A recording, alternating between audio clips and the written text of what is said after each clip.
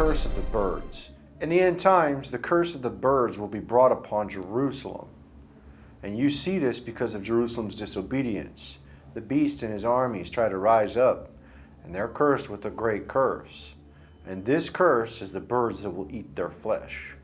In the book of Deuteronomy chapter 28, verse 25 and 26, it says, "The Lord shall cause thee to be smitten before thine enemies. Thou shalt go out one way against them, and flee 7 ways before them, and shalt be removed into all the kingdoms of the earth.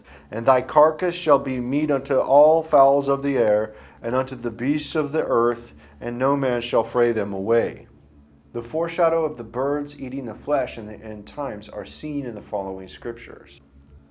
1 Kings chapter 16 verse 4 says, "Him that dieth of Baasha in the city shall the dogs eat, and him that dieth of his in the fields shall the fowls of the air eat." Another account is when the birds are eating the flesh of the disobedient of Jerusalem when Babylon sacked Jerusalem. Jeremiah chapter 7 verse 32 through 34.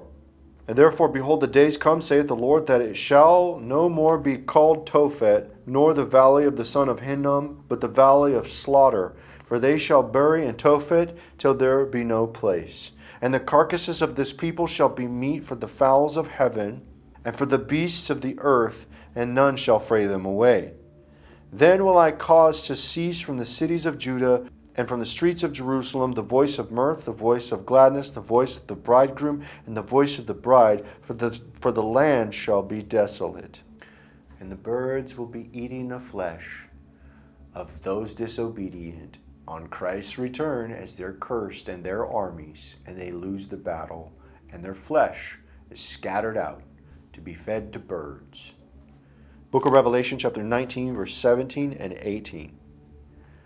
"And I saw an angel standing in the sun, and he cried with a loud voice, saying to all the fowls that fly in the midst of heaven, Come and gather yourselves together unto the supper of the great God, that ye may eat the flesh of kings, and the flesh of captains, and the flesh of mighty men, and the flesh of horses, and of them that sit on them, and the flesh of all men, both free and bond, both small and great.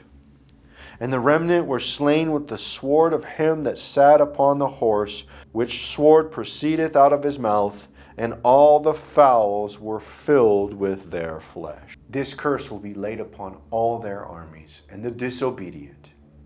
And this prophecy will come to pass. This is the curse of the birds eating the flesh.